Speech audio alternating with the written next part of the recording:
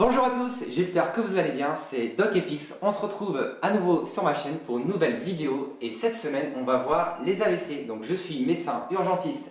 Vous l'avez peut-être déjà vu sur YouTube en recherchant des infos sur le monde médical et plus spécifiquement sur celui des urgences.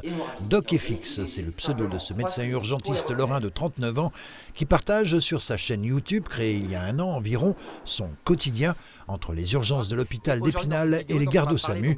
De petites vidéos scénarisées, tournées, montées, mises en ligne en dehors de son temps de travail, pourtant déjà chronophage, mais cela lui semblait tellement important de le faire. Je me suis rendu compte qu'au niveau des urgences, il y avait très peu de chaînes sur ce sujet-là, que c'était beaucoup de reportages buzz et qu'au final, on ne trouvait pas les informations qu'on cherchait.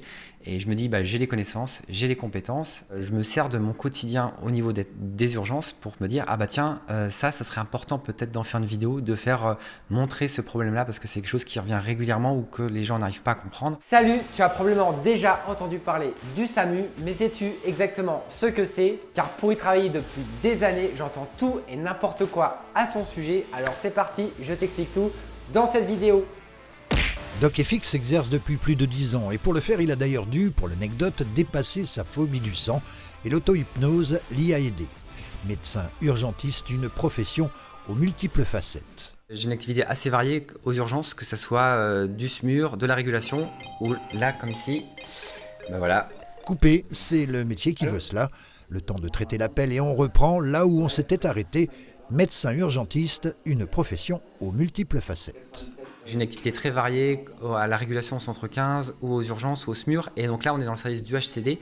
C'est un service tampon de l'hôpital. C'est là où lorsqu'on n'a plus de place sur l'établissement, on va mettre les gens ici, le temps de continuer les soins, qui a déjà un peu plus de confort. Et puis après, de trouver des orientations, soit dans les différents services de l'hôpital, ou soit vers d'autres hôpitaux éventuellement. Ça, c'est tous les jours. Et ça, c'est le quotidien, c'est tous les jours. On a même des gens qui ne peuvent même pas entrer dans ce service. C'est en permanence, ça n'arrête jamais. Mais que pensent ses collègues du médecin youtubeur ? C'est toujours impressionnant pour des personnes de se retrouver dans un service d'urgence où ils sont confrontés à tout un tas il y a 20 personnes, 30 personnes dans les couloirs et des gens qui sont là à courir. C'est sûr que pour le grand public, ça peut être impressionnant, quoi.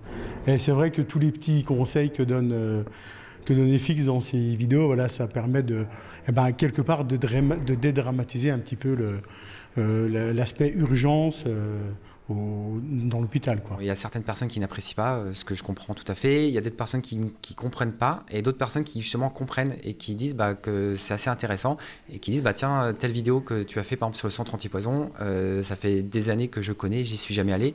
Actif sur les réseaux sociaux, il avait déjà développé sur Twitter une communauté très importante qui le suivait. Et depuis un an, sur YouTube, donc, avec ses vidéos pédagogiques, il totalise déjà 10 000 abonnés environ. Et ce n'est probablement pas terminé. J'ai même commencé à toucher des gens que je ne pensais pas toucher initialement, comme par exemple l'établissement français du sang, où j'ai pu faire 2 vidéos avec eux. Madame la ministre déléguée de la Santé également. J'ai eu des contacts au niveau de l'ARS, de la Fédération des hôpitaux de France. Donc c'est plus que positif et l'objectif c'est de continuer à toucher plus de monde et que l'information circule de plus en plus.